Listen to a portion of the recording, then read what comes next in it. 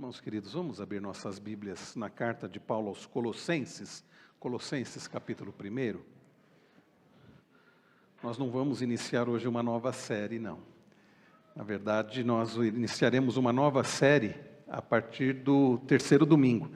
Domingo que vem, os nossos adolescentes estarão no acampamento, um grupo estará lá auxiliando também para o acampamento, então nós deixamos para iniciar uma nova série de sermões no terceiro domingo. Estamos preparando essa nova série de sermões e hoje nós vamos olhar para Colossenses capítulo 1, já até nos preparando para a nossa Assembleia Geral Ordinária.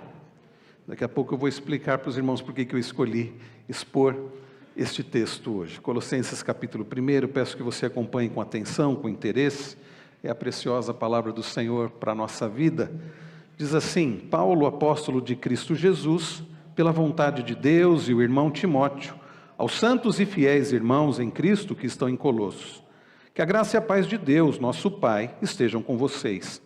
Damos sempre graças a Deus, Pai de nosso Senhor Jesus Cristo, quando oramos por vocês, desde que ouvimos da fé que vocês têm em Cristo Jesus e do amor que vocês têm por todos os santos, por causa da esperança que está guardada para vocês nos céus. Dessa esperança vocês ouviram falar anteriormente por meio da palavra da verdade, do Evangelho, que chegou até vocês.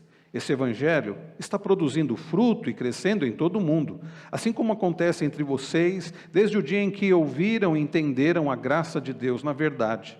Isso vocês aprenderam de Epáfras, nosso amado conservo, e em relação a vocês, fiel ministro de Cristo, o qual também nos contou do amor que vocês têm no Espírito. Por esta razão, também nós, desde o dia em que soubemos disso, não deixamos de orar por vocês e de pedir que transbordem do pleno conhecimento da vontade de Deus em toda sabedoria e entendimento espiritual. Dessa maneira, poderão viver de modo digno do Senhor, para o seu inteiro agrado, frutificando em toda boa obra e crescendo no conhecimento de Deus. Assim, vocês serão fortalecidos com todo o poder, segundo a força da sua glória, em toda perseverança e paciência, com alegria, dando graças ao Pai, que os capacitou a participar da herança dos santos na luz. Até aqui a palavra do Senhor. Vamos orar mais uma vez?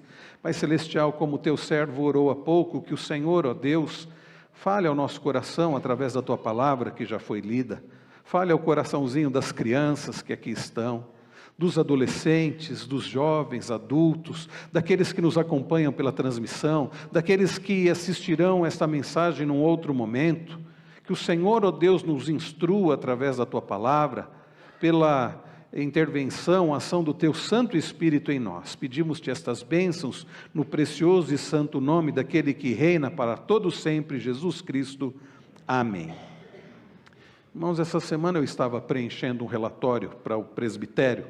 Todo ano o presbitério se reúne, é a chamada reunião ordinária. Nós temos que nos reunir todo ano, como será daqui a pouco, reunião ordinária da igreja local.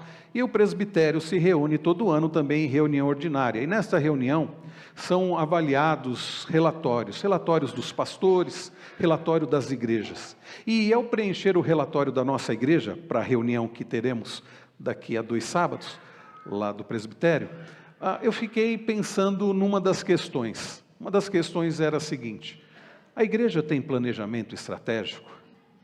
Qual é o planejamento da igreja? Quais os propósitos da igreja para este ano? E eu fiquei a meditar sobre isso, porque eu me lembrei que já me falaram o seguinte: olha, a igreja tem que ter um propósito, e uma vez a pessoa disse assim: a sua igreja tem que ter uma característica.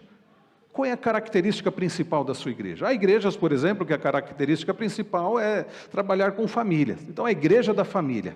Tem outras igrejas que trabalham com jovens, a igreja dos jovens. Tem igrejas que se especializam no aconselhamento. Então, a igreja do aconselhamento. Qual é a característica? Você precisa pensar sobre a característica da sua igreja. E ao pensar sobre isso, meus irmãos, verdade é que a igreja não tem que ser igreja da família, igreja do jovem, igreja da criança, igreja do aconselhamento. Ao pensar sobre o chamado planejamento estratégico e ao meditar sobre o que eu como pastor, tenho como planejamento para a igreja, eu me lembrei deste texto de Colossenses. Eu não li, mas me lembrei muito das palavras de Paulo lá no verso de número 29, quando ele diz: é para este fim que eu me empenho, esforçando-me o mais possível, segundo o poder de Cristo. O que? É o que está no verso de número 28, né? Nós anunciamos, advertindo a todos, ensinando a cada um em toda a sabedoria, a fim de que apresentemos cada pessoa perfeita em Cristo. A fim de que apresentemos cada pessoa perfeita em Cristo. Nosso irmão diácono, seu Paulo Bruno, orou há pouco, pedindo por isso, que Deus nos faça cada dia mais parecidos com Cristo. Ao pensar então sobre planejamento estratégico, e principalmente hoje que nós teremos uma Assembleia Geral Ordinária, onde o Conselho apresenta para a Igreja, não somente o movimento financeiro, mas eclesiástico, eu me lembrei desse texto porque como pastor, e eu já compartilhei com os presbíteros da Igreja, como Conselho da Igreja, nós entendemos, meus irmãos, que o propósito maior é levar os irmãos a terem mais do conhecimento de Deus, conforme Paulo diz aqui, ao longo da passagem, para que vivam de maneira digna do Senhor, sendo mais parecidos com Cristo a cada dia e assim glorificando a Deus. Aliás, o resumo da mensagem é este. Como líderes da Igreja do Senhor, a semelhança de Paulo, desejamos que a Igreja do Senhor cresça, transborde do conhecimento de Deus, a fim de viver uma vida agradável a Ele. Veremos isso, queridos, em alguns pontos. Em primeiro lugar, nos chama a atenção como Paulo, ele, ao ouvir notícias a respeito dos irmãos lá de Colossos, ele agradece a Deus pela fé e pelo amor daqueles irmãos. Então, em primeiro lugar, a liderança da igreja tem como propósito estar sempre avaliando a saúde da igreja e levando em consideração se de fato os membros da igreja têm a fé em Cristo e se de fato há amor. Ou seja, o princípio do Evangelho, a fé em Jesus e o amor. Vejam comigo, a partir do verso de número 3, damos sempre graças a Deus, Pai de nosso Senhor Jesus Cristo, quando oramos por vocês, desde que ouvimos da fé que vocês têm em Cristo Jesus e do amor que vocês têm por todos os santos. Irmãos, o apóstolo Paulo escreve esta carta aos Colossenses, depois que ele ouve por parte de Epáfras. Epáfras foi quem fundou aquela igreja na cidade de Colossos. Colossos hoje é a atual Turquia, fica na atual Turquia. E quando Paulo ouviu um relatório, por notícias a respeito daqueles irmãos lá de Colossos por parte de Epáfras, o apóstolo Paulo escreveu esta carta. É uma carta carregada de instrução. Paulo começa agradecendo pela fé e pelo amor daqueles irmãos, mas é uma carta carregada de instrução, de correção para aqueles irmãos. Uma das coisas que Epáfras compartilhou com Paulo, Epáfras que não somente fundou aquela igreja, mas pastoreava aquela igreja, é que havia ali mestres que estavam desvirtuando o povo de Deus, mestres que estavam ensinando o que ficou conhecido como a heresia de Colossos, tem a ver com o que é chamado de gnosticismo. Eles diziam, aqueles falsos mestres, que havia um conhecimento secreto, um conhecimento especial, a parte da palavra de Deus, um conhecimento especial para pessoas muito especiais, para pessoas seletas. Isso era a heresia que é conhecido como gnosticismo. E também havia um outro problema naquela igreja, que Paulo ficou sabendo, que era o legalismo, né? Um legalismo judaico. Você não pode fazer isso, você não pode fazer aquilo, você tem que observar as festas judaicas, você tem que observar a dieta judaica, você tem que observar o calendário judaico. Então Paulo, à luz desses problemas naquela igreja, tanto o gnosticismo quanto o legalismo, Paulo escreve esta carta, a semelhança do que ele faz ao escrever aos Gálatas.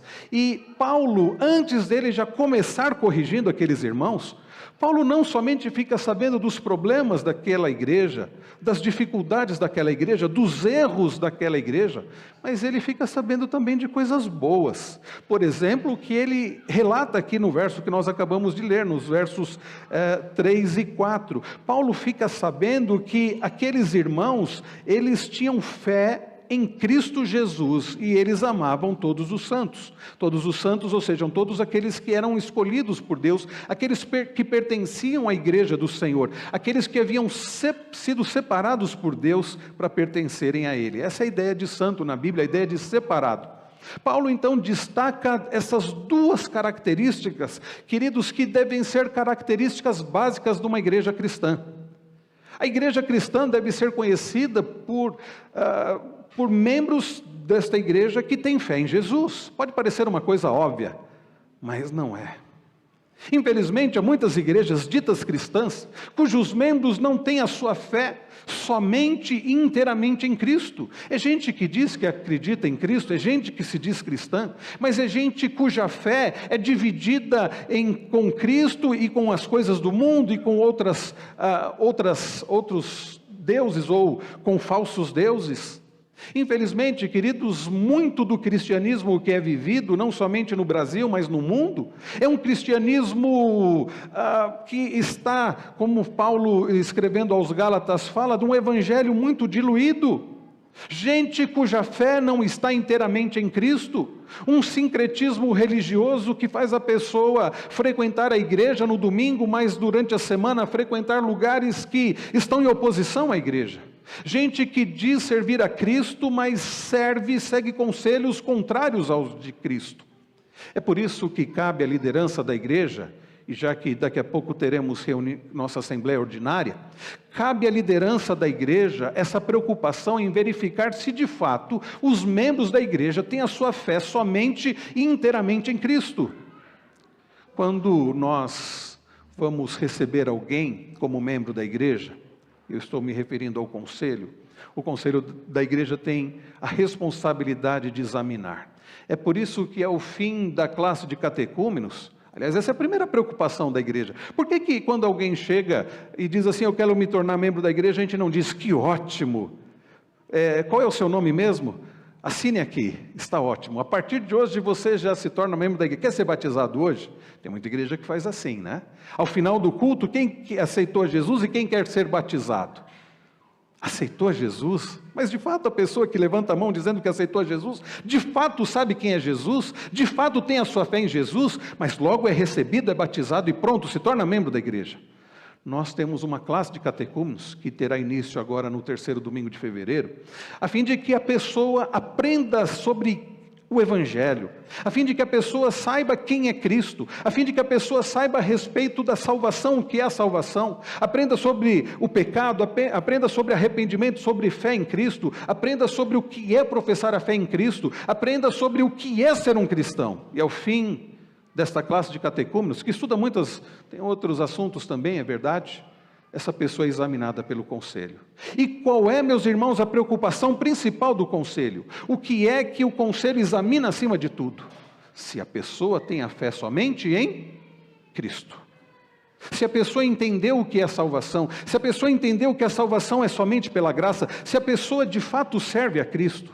É por isso que nós perguntamos, a maior parte das perguntas são a respeito disso. Paulo ouviu sobre isso, sobre a fé daqueles irmãos, e ele agradece a Deus. Nós, como liderança da igreja, queridos, enquanto Deus permitir esta liderança da igreja, nós iremos nos preocupar com isso, se de fato há fé somente em Cristo. E ao ensinar, ao pregar, nós vamos sempre enfatizar isso, a fé somente em Cristo. Somos uma igreja reformada, cremos nos solas da reforma, e nós vivemos isso, não é algo que nós dizemos apenas em outubro, apenas no final de outubro, ao celebrar a reforma protestante, é algo que faz parte da liturgia. Vocês pararam para pensar no que nós cantamos? Hoje, por exemplo, nós cantamos sobre, nos convém diminuir a semelhança do que João Batista entendia, para que ele cresça, a semelhança do que Paulo entendia, precisamos diminuir para que Cristo cresça, ou seja, para que Cristo seja exaltado. Nós cantamos que somos salvos pela graça, nós cantamos a nossa teologia, fui livre da culpa do pecado, a doutrina da justificação pela fé somente. Sou livre da culpa do pecado. A doutrina, meus irmãos, que agora, pertencendo a Cristo, não há nenhuma condenação. E agora, tendo o Espírito Santo, nós podemos lutar contra o pecado, a santificação. E da presença do pecado, nós cantamos, livre serei. A nossa teologia é de que, quando o Senhor voltar, e provavelmente, eu creio, já teremos morrido, nosso corpo vai ser ressuscitado em glória, nosso espírito voltará com Cristo e nós seremos glorificados, porque Paulo diz que o nosso corpo será como o de Cristo, o corpo da ressurreição, um corpo glorificado. Então, queridos, a ideia da nossa fé somente em Cristo, da teologia, na liderança da igreja, nós temos feito permear a nossa liturgia, o que nós pregamos, o que nós ensinamos, o que nós cantamos, o que nós aconselhamos. Paulo teve essa preocupação e a liderança dessa igreja tem essa preocupação, que a fé dos irmãos seja totalmente na pessoa bendita de Cristo Jesus, como nosso único e suficiente Salvador, como nosso Redentor e mais, como aquele que nos fortalece dia a dia. Mas Paulo cita mais, Paulo cita o amor por todos os santos. Uma igreja cujos membros têm fé somente em Cristo, é uma igreja em que esses membros amam uns aos outros. Porque, como diz João, se nós amamos a Deus, se pertencemos a Deus, vamos amar o nosso irmão. Ou como disse Jesus Cristo,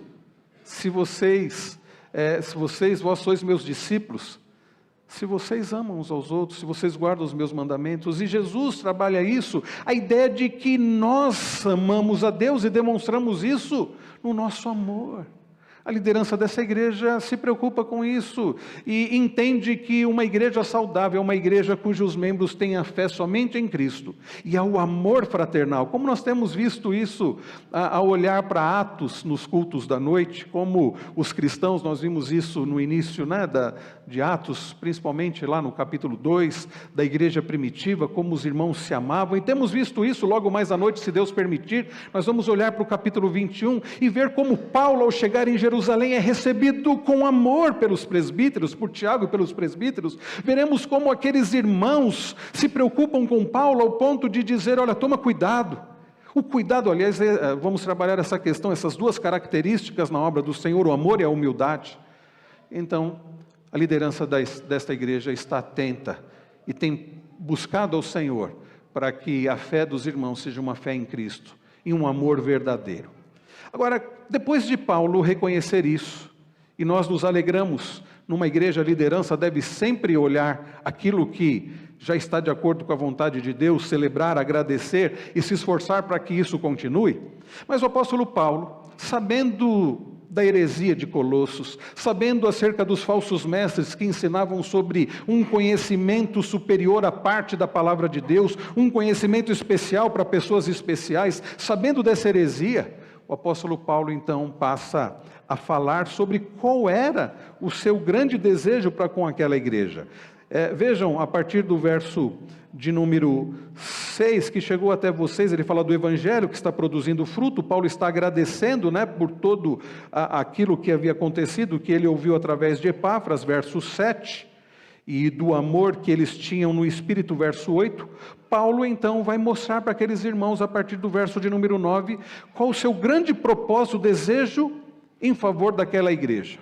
Por esta razão também nós, desde o dia em que soubemos disso, não deixamos de orar por vocês e de pedir. Prestem atenção, meus irmãos, prestem atenção, crianças, no que Paulo pede.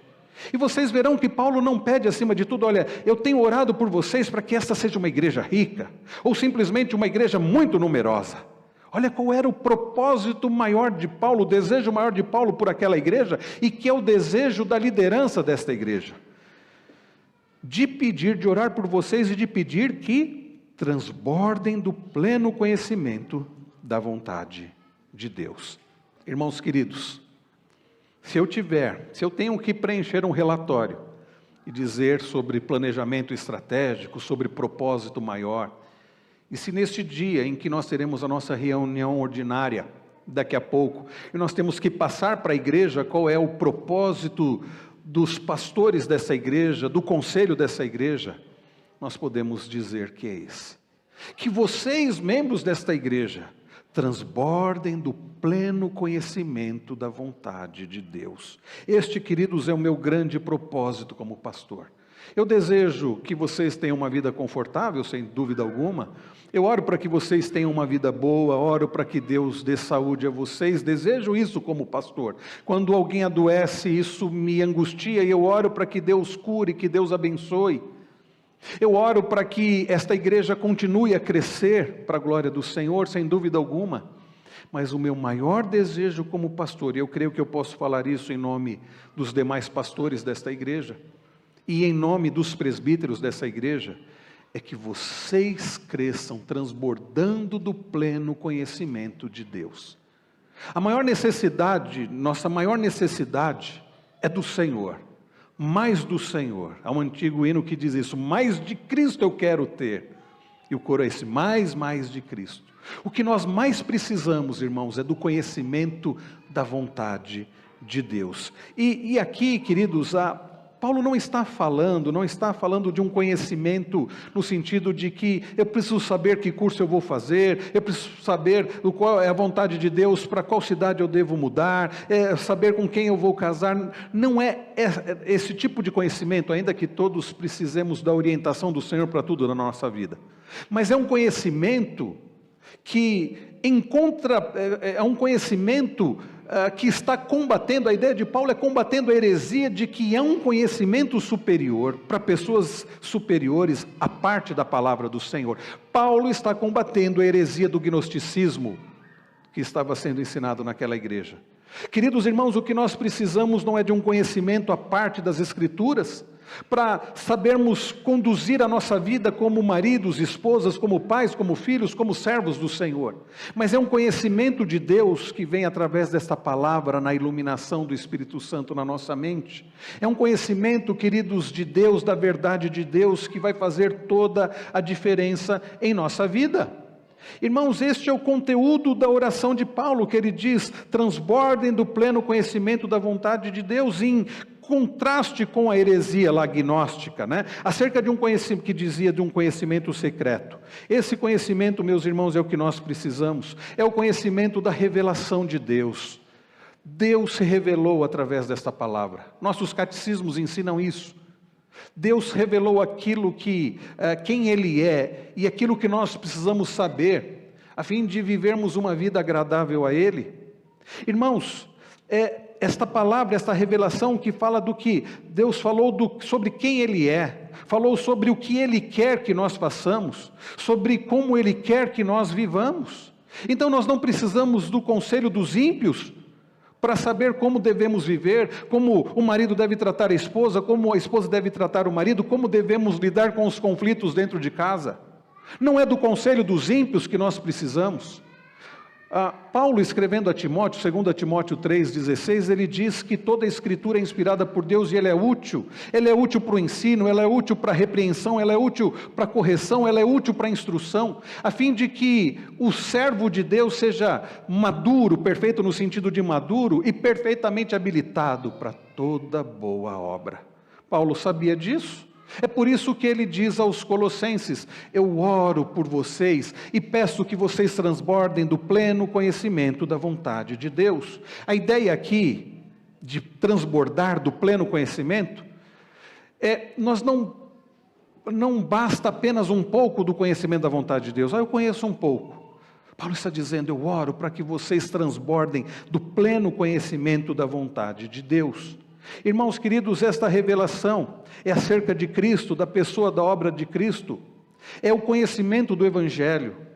É por isso que a liderança desta igreja tem trabalhado para que os irmãos tenham no culto da manhã pregação expositiva, no culto da noite pregação expositiva, na escola bíblica dominical ensinando a palavra de Deus para as crianças, adolescentes, jovens, adultos. É por isso que nós temos estudo bíblico durante a semana. É por isso que o aconselhamento nesta igreja é um aconselhamento não através da psicologia, da sociologia, não através da experiência humana, mas através do que a Bíblia diz, porque nós entendemos, irmãos, que esta é a necessidade do povo de Deus, transbordar do pleno conhecimento, não da vontade do homem, não da vontade do pastor simplesmente, não da sua vontade, do seu coração que é enganoso, mas da vontade de Deus, a vontade de Deus que é boa, que é perfeita, que é agradável.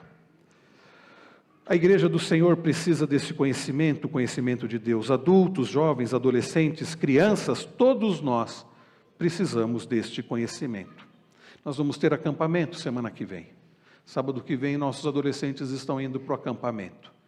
E por que é que esse acampamento? Porque eles precisam de um pouco de diversão.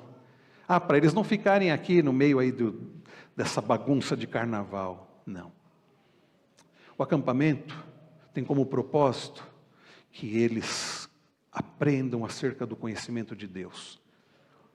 Nossos jovens têm programações, vão ter programações ao longo de todo o ano. E por quê? Eu me lembro de uma mãe que uma vez chegou assim e falou assim para mim: pastor, essa igreja precisa ter programação de sábado para os adolescentes e para os jovens. Eu disse: minha irmã? Ele falou: porque senão eles vão ficar por aí, vão querer ir na balada, vão ficar fazendo besteira. Então, para eles não ficarem por aí fazendo besteira, marca a programação na igreja.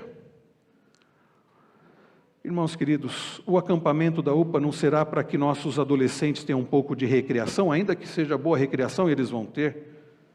Acima de tudo, é porque eles precisam do conhecimento de Deus.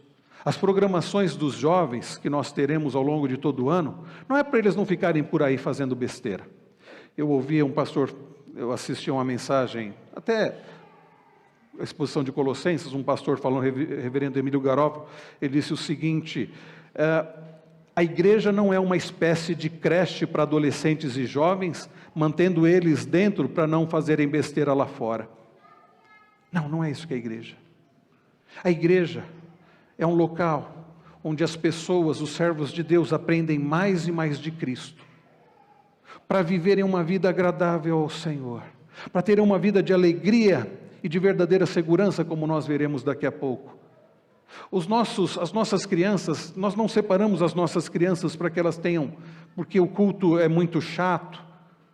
Nós separamos as nossas crianças para que elas ouçam a palavra de Deus. A gente não coloca, eu já vi esse tipo de coisa acontecer, irmãos, ou já ouvi pelo menos, não vi acontecer, mas ouvi. As crianças separam, e aí chega na salinha, coloca lá um filme da Disney. E por que separou as crianças? Para elas não darem trabalho para os pais conseguirem acompanhar o culto. Não, nós não separamos as crianças porque elas dão trabalho para os pais. Aliás, as crianças estão aqui agora porque nós entendemos que elas fazem parte da família da aliança, e elas devem cultuar a Deus juntamente com seus pais. Ou vocês acham que elas não estão entendendo o que eu estou falando? Estão entendendo, não estão? Eles estão até anotando. A gente até dá uma folhinha para elas anotarem os pontos do sermão.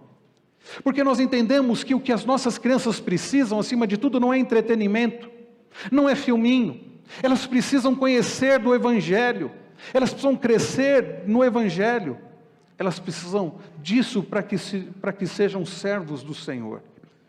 Paulo se preocupava com isso, e a liderança dessa igreja também. É isso, queridos, que nós desejamos, iremos trabalhar para os nossos jovens, adolescentes, se tornarem cada vez mais. Olha o que diz o texto aqui na continuação: pleno conhecimento da vontade de Deus em toda sabedoria e entendimento espiritual.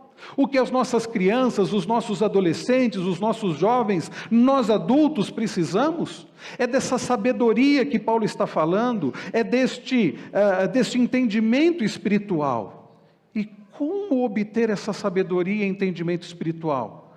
Para uma vida de sabedoria e não de tolice, para uma vida de atitudes de acordo com a vontade de Deus e não atitudes tolas, do pleno conhecimento da vontade de Deus. É isso que nós desejamos, iremos trabalhar. Nós somos chamados, irmãos, então, para isto. E Epáfras levou até Paulo algumas notícias, como nós vimos, que trouxe bastante preocupação, e é por isso que o conhecimento da revelação de Deus, daquilo que Deus falou sobre quem Ele é, faz toda a diferença. E na continuação, percebam que Paulo diz qual é o propósito de tudo isso. Depois dele dizer aqui no verso de número 9, ele vai falar no verso 10, dessa maneira poderão viver de modo digno do Senhor, para o seu inteiro agrado. Como que alguém vai poder viver do modo digno do Senhor, para o seu inteiro agrado? Através do pleno conhecimento da vontade de Deus. O propósito da liderança dessa igreja é que os membros dessa igreja vivam de maneira agradável, não ao conselho dessa igreja, não maneira agradável ao mundo, não da maneira agradável aos membros da igreja. Porque tem muita igreja cuja liderança estimula que as pessoas vivam de forma agradável a elas mesmas. Por isso que a pregação é de acordo com o que as pessoas querem ouvir. para que as pessoas vivam uma vida que lhes agrada. Não, não é este o desejo da liderança desta igreja. Mas é que os membros dessa igreja, que vocês vivam uma vida para o inteiro agrado de quem? Do Senhor, do modo digno do Senhor, para o inteiro agrado do Senhor. É isso que nós queremos, é isso que eu quero como pastor. E eu creio que é isso que os presbíteros desta igreja querem. E é por isso que nós vamos continuar trabalhando ao longo desse ano, enquanto Deus nos der a oportunidade, para que vocês, membros desta igreja, ao aprenderem mais do Senhor, ao terem mais do Senhor na vida de vocês, ao terem mais do pleno conhecimento da vontade de Deus, vivam uma vida digna do Senhor para o seu inteiro agrado. Uma vida vivida para o inteiro agrado do Senhor, como diz Paulo na continuação, é uma vida que dá frutos, frutificando em toda boa obra e crescendo no conhecimento de Deus. É uma vida que faz diferença. É uma vida, um estilo de vida que Jesus nos ensina lá no Sermão do Monte, de sal da terra e luz do mundo. É uma vida como Jesus diz, e nós lemos isso lá no Evangelho de João, dele como a videira verdadeira e nós como ramos que, estando ligados a Cristo, que é a videira verdadeira, cujo pai é o agricultor, dá frutos. Uma vida, meus irmãos, que faz diferença no dia a dia. Crianças que fazem diferença na escola onde elas estudam. Adolescentes que, ao invés de fazerem as mesmas coisas que os outros adolescentes, apaixonados pelo mundo como outros adolescentes, são adolescentes de Cristo, que vão fazer diferença na vida dos demais adolescentes. Jovens que na faculdade vão ser bombardeados por tantos ataques à fé deles, mas eles vão permanecer firmes. É isso, dando frutos. É uma igreja que nós não precisamos nos preocupar acima de tudo com o crescimento, porque à medida que os membros vão crescendo neste conhecimento e vão vivendo da maneira agradável ao Senhor, vão dando frutos e vão evangelizando e vão testemunhando, como nós temos visto em Atos, e a igreja vai crescendo. É uma vida que dá frutos. E uma vida que, olha só que interessante, que o conhecimento de Deus vai gerar o quê? Olha o que ele diz no final aí do versículo de número 11. É uma vida que, no conhecimento de Deus, assim vocês, com toda alegria. Aliás, no final do verso 10, crescendo no conhecimento de Deus. É um conhecimento de Deus que vai gerar maior crescimento no quê? No próprio conhecimento de Deus. Porque vejam, é um conhecimento que vai se tornando um conhecimento prático. E caminhando para o encerramento, irmãos, o verso 11. Assim, olha o que vai acontecer quando nós transbordamos do pleno conhecimento de Deus, tendo a sabedoria, o entendimento, vivendo uma vida digna do Senhor, frutificando. Olha o que ele vai dizer, assim vocês serão fortalecidos com todo o poder, segundo a força da sua glória. O que é que nós precisamos, irmãos, para a nossa vida diária? Esse fortalecimento do Senhor, esse fortalecimento de Cristo para as nossas vidas, esse fortalecimento para podermos viver e vencer as tentações, esse fortalecimento para podermos viver a vida comum do lar, esse fortalecimento para que possamos ser sal da terra e luz do mundo. Ele continua e ele diz assim, esse fortalecimento em Cristo, esse fortalecimento que vem do Senhor, que vai fazendo toda a diferença, porque ele diz, fortalecidos com todo o poder, segundo a força da sua glória, em toda perseverança e paciência com alegria. Paulo cita perseverança, paciência e alegria. Perseverança, ou seja, aquele fortalecimento do Senhor que nos ajuda a perseverar nas circunstâncias difíceis, na doença, na perseguição, nas oposições, quando as coisas não acontecem do jeito que nós queremos, no sofrimento. É esse tipo, meus irmãos, de perseverança. É para isso, é perseverança para suportarmos as situações difíceis. Mas Paulo cita também paciência. É um fortalecimento no Senhor que nos ajuda a viver aquilo que Paulo, lá em 1 Coríntios 13, diz que é o amor, e ele diz, o amor é paciente. É um amor que nos leva, é esse fortalecimento que nos leva a suportar pessoas difíceis, que nos leva a viver o relacionamento para a glória do Senhor e não para o nosso agrado. É essa paciência que todos nós precisamos ter.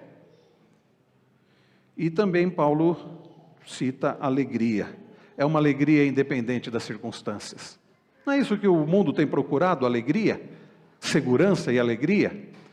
Paulo está dizendo que isso é possível para aqueles que transbordam no pleno conhecimento de Deus, para aqueles que vivem uma vida então para o seu inteiro agrado, frutificando, e então são fortalecidos pelo poder da glória do Senhor, para que tenham paciência, para que tenham perseverança, vivendo uma vida de alegria. É por isso, meus irmãos, que o grande propósito da liderança desta igreja, para este ano, e para o restante, né, do nosso trabalho aqui, é que vocês, como membros da igreja, continuem tendo a fé em Jesus Cristo, continuem amando uns aos outros, cresçam no conhecimento do Senhor, em sabedoria e entendimento, vivam esta vida de acordo com a vontade de Deus, vivendo uma vida digna do Senhor, agradável ao Senhor, sendo fortalecidos pelo Senhor, para que sejam perseverantes, pacientes e alegres no Senhor, com a esperança na glória, porque olha como Paulo termina, verso 12, dando graças ao Pai, que os capacitou a participar da herança dos santos na luz. Participar da herança. Sabe, queridos, a boa notícia é que nós já participamos dessa herança, dos santos na luz. E a nossa esperança continua nesta herança, naquele que veio, naquele que morreu na cruz, verteu o seu precioso sangue, ressuscitou, subiu aos céus, e um dia vai voltar.